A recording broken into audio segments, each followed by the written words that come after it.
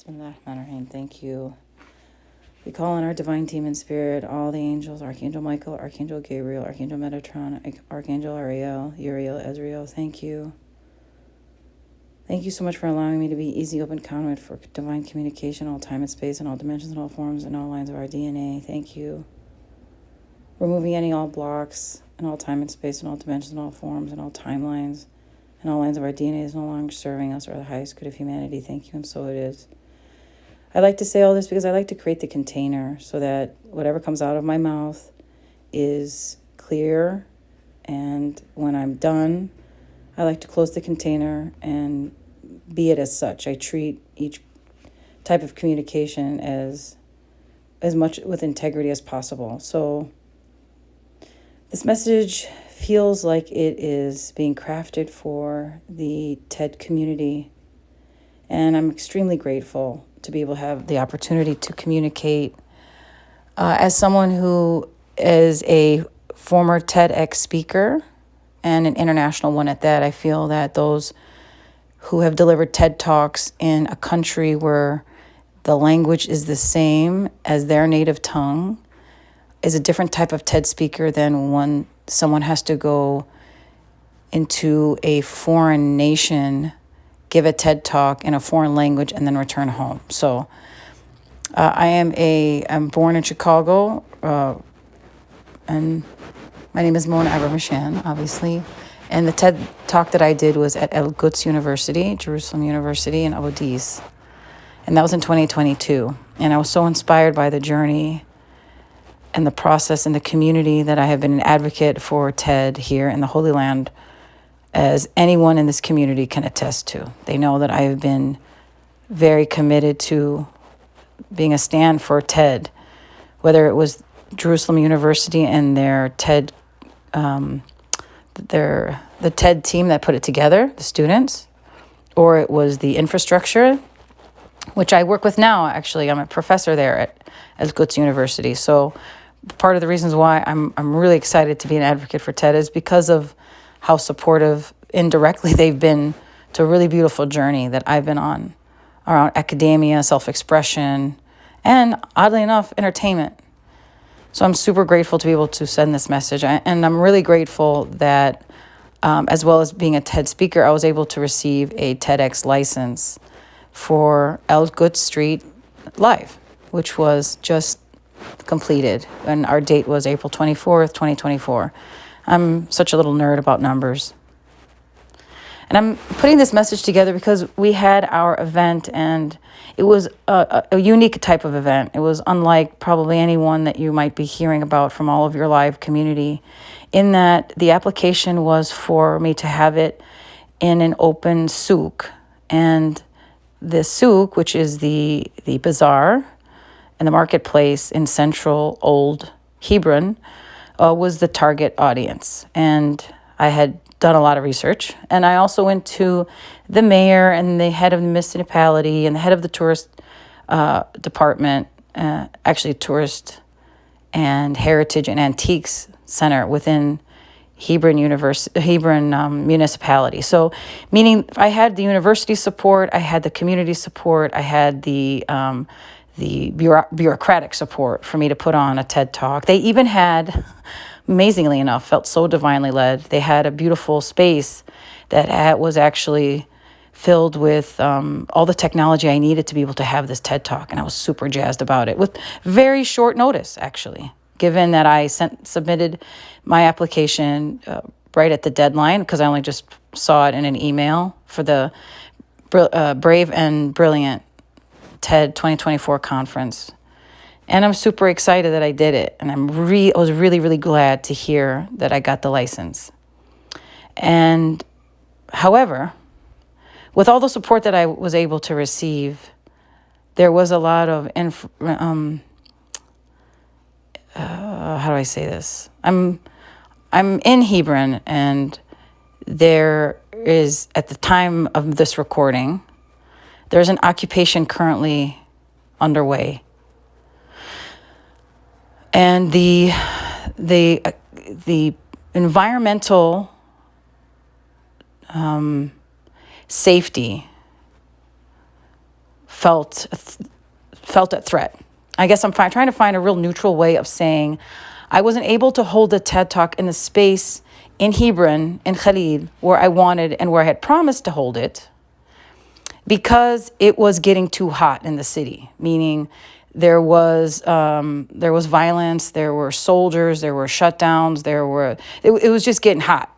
It got hot. And as, you know, a Chicagoan, I kind of like, and a Chicagoan or as a Palestinian here living in the Holy Land, when you know it's hot, you just kind of, you know, pump your brakes. Plus, the night before, the soldiers shot up the police department next door. They were outside my door. So it was like within 48 hours before the event, it got real risky for me to even leave my house, let alone try to have an event in the center of the old city, which was actually not too far away, which was the intention anyway. But I am living in the Holy Land, and sometimes I joke that the Wi-Fi to God here is real strong. So I just took it upon myself to run an online event. And that was the intention anyway. We're going to have an in-person and online forum. So we were going to have a Zoom platform where we shared our screen with some participants that were coming from friends of mine from the States and South Africa in particular. Because as a former comedian, I have friends and family and audience members in different parts of the planet. So I was really wanted to open it up to be kind of like a real watch party, like your intention is, like just the vibe would be cool, chill vibes, and then have the screen. We watch it. Then we also have folks coming in on Zoom watching it with us. You know, it's just like a straight up watch party, and kind of like an open mic sesh where the community could just say what they had to say, and also I'd have a mic because I needed to translate the content that was purely in English for an mainly speaking audience. Although Palestine is a former British colony, the English is more of a third language than it is not necessarily a primary language, especially in some of the holy sites. Many of the holy sites, primary language is Arabic, secondary is Hebrew, and then third is English, which is something I'm working on, side note. So essentially, I think you're starting to understand that the intention of the TEDx talk was one way, and because of the environmental situation, it had to be adjusted, to which I actually did submit before I even applied.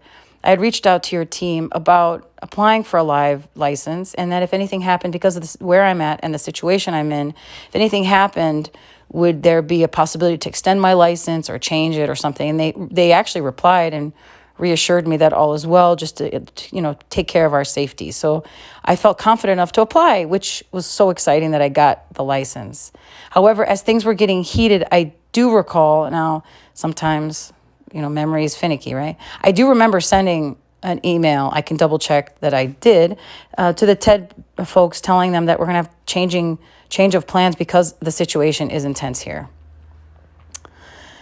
And that's okay, because thank God my dad somehow hooked up fiber in this joint. I don't know how. I grew up coming back and forth here.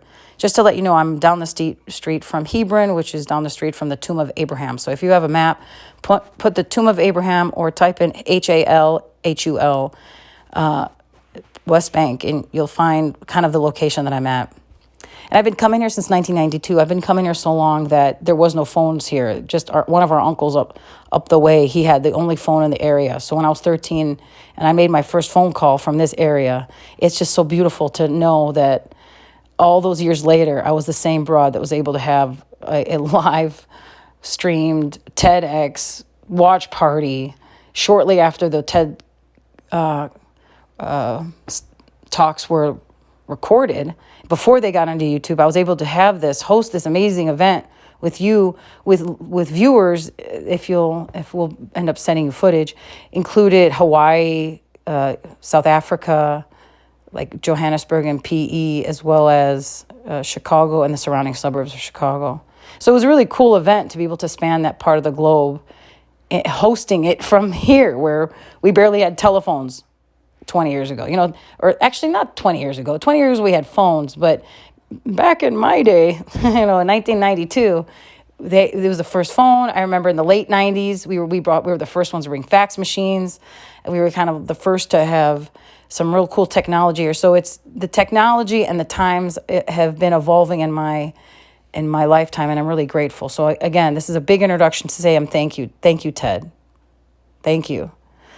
And I did enjoy the fact that my friends, who I have a great deal of reverence for and respect for, joined in. Also, so did some really significant people at the local university, all tuned in. So the watch party was pretty cool.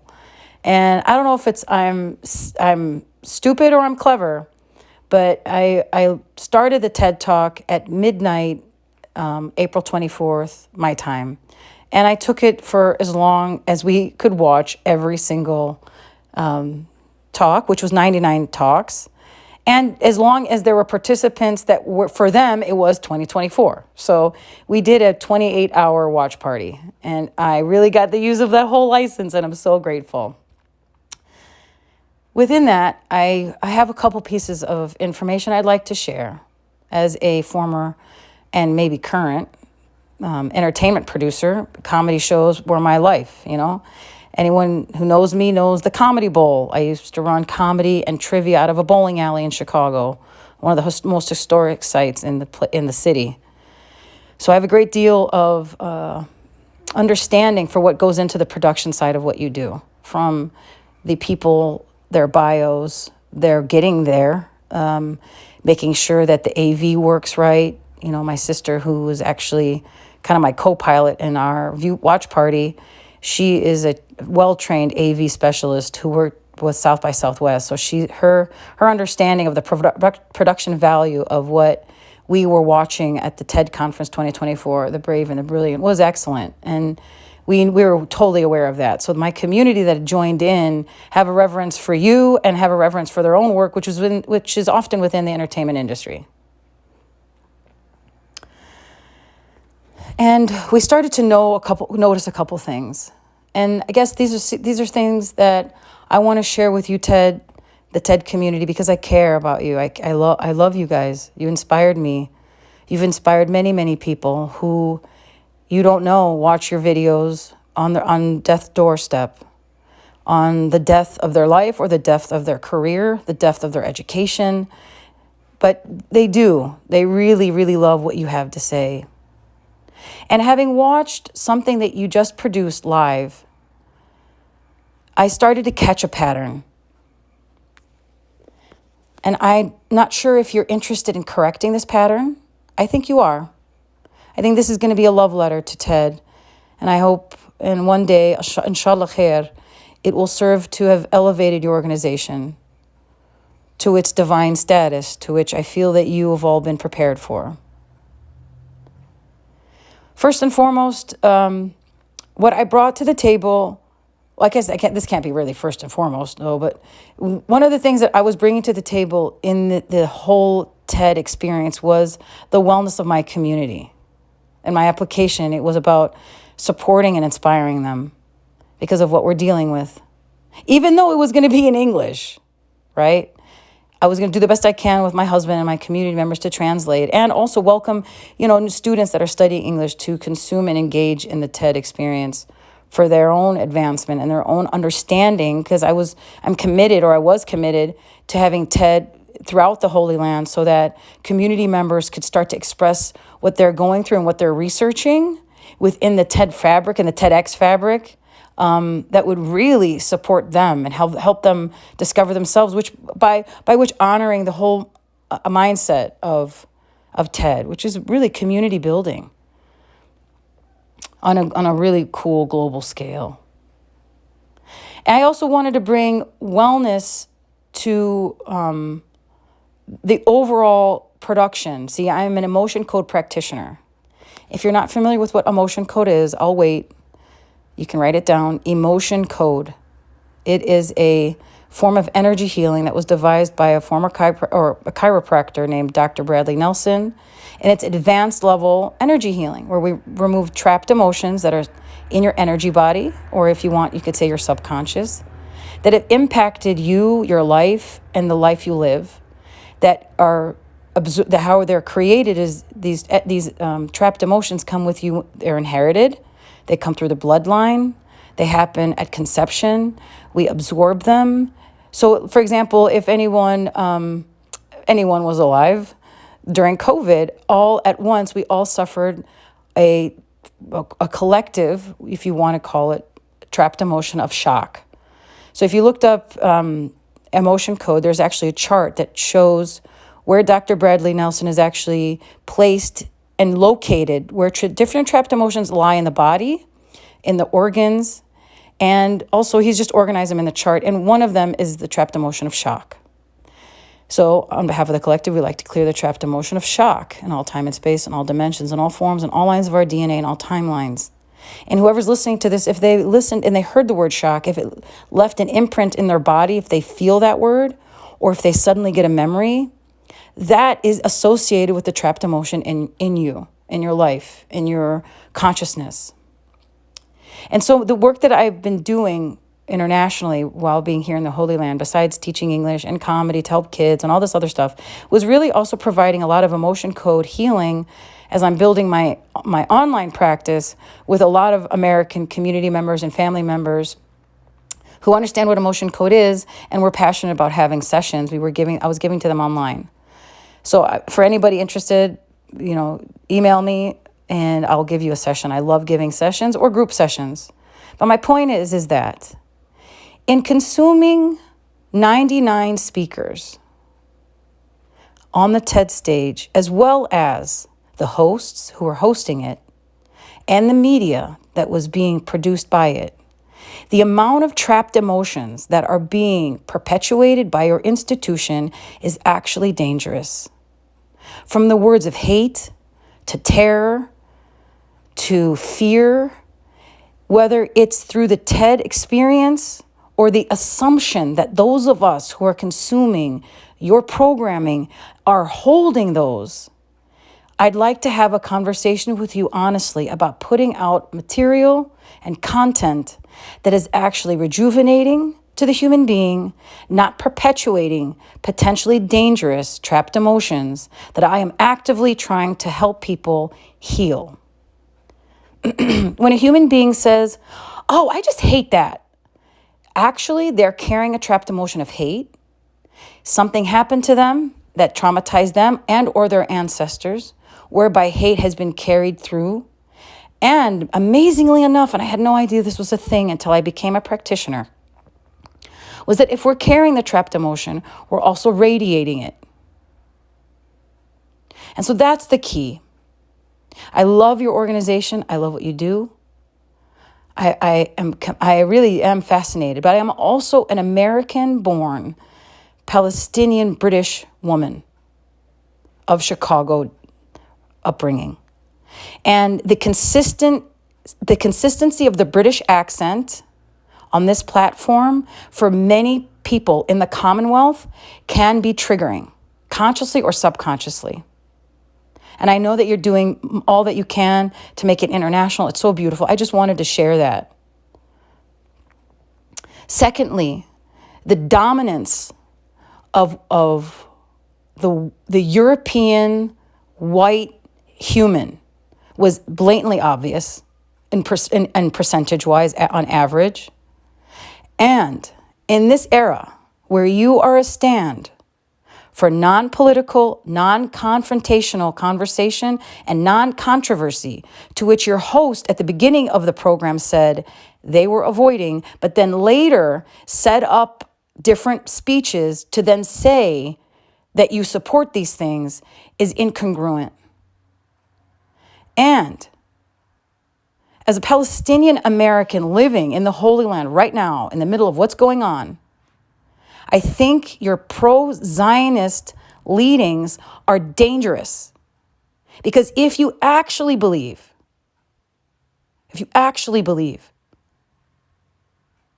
that many of our Jewish brothers and sisters that were attacked by quote unquote this other organization, if you are actually concerned for their well-being, you wouldn't put them on live television and film them with their name opening them up to a global onslaught of what might be Palestinians. If you had taken the time, really deeply, This is going to the producers, managers, or the executive producers, the guy at the top that's on the yacht somewhere. Stop sacrificing my Jewish brothers and sisters for your media entertainment. Please. I'm a Palestinian Muslim woman, and we are directly connected to these are our ancestors. The kind of context outside of the numerous amount of AI conversations that did not at all involve anything beyond fear-based conversations. You didn't tap into the spiritual community. You didn't tap into programming such as Gaia. I'm not sure if that's your competition or something, but I think you need to tap in a little deeper to start exploring another level of the AI that was obviously being pummeled in all the programming that you put out here. I would love to have a conversation with the bookers, the programmers, how you put together your programming. 99 talks. I know it's probably very intense, and I send you guys a lot of love, but there was a kind of arrogance that I think could also really serve to calm a little bit, because I think those of us that are watching you and building parties and supporting you, we don't want you to set us up for danger. If I had actually, this is how much God loves me, if I had gone live and shared even the first video with the community here, they would have thought I was trying to program them because their voice wasn't being acknowledged. And I would have found it very difficult to find programming that I could share with a community that you licensed to. So I would love to have a conversation about how we can make TED more holistic, because it's beautiful. And the people that are involved are committed. They're a new kind of community. However, if your vision is to take TED and turn it into an international galactic university, you're going to need to clear a lot of your own baggage and trauma to really operate at the galactic level. And that's now coming from someone who can channel with the Galactic Federation. And I say that with love and intentionality and experience. I'd like to also surrender any trapped emotions off the word TED and or TEDx in any use, in any form, in all time and space, in all dimensions, in all forms, in all lines of our DNA, and all timelines. There was a high creator that was watching your production. And I'd like to invite myself into your team to be part of your production so that you're doing the good that you believe you are here to and sent to do, or sent here to do. Thank you for receiving this message. I look forward to your communication in whatever form. I honor all of the hosts that spent long days in this conference holding space, really holding so much space for that level of production. I wish that all of you get deep tissued massages, that you spend time meditating alone, that you have had cleanse your energy field from any trapped emotions you may have absorbed or picked up from the production, from your community, or from the technology. Again, you guys are operating on a level that is now galactic. And my name is Mona, and I'm here to support you. Thank you. Allahu Akbar. I close the container. I pull back my energy. My name is Mona, 32879. And so it is. La ilaha illallah. Allahu Akbar.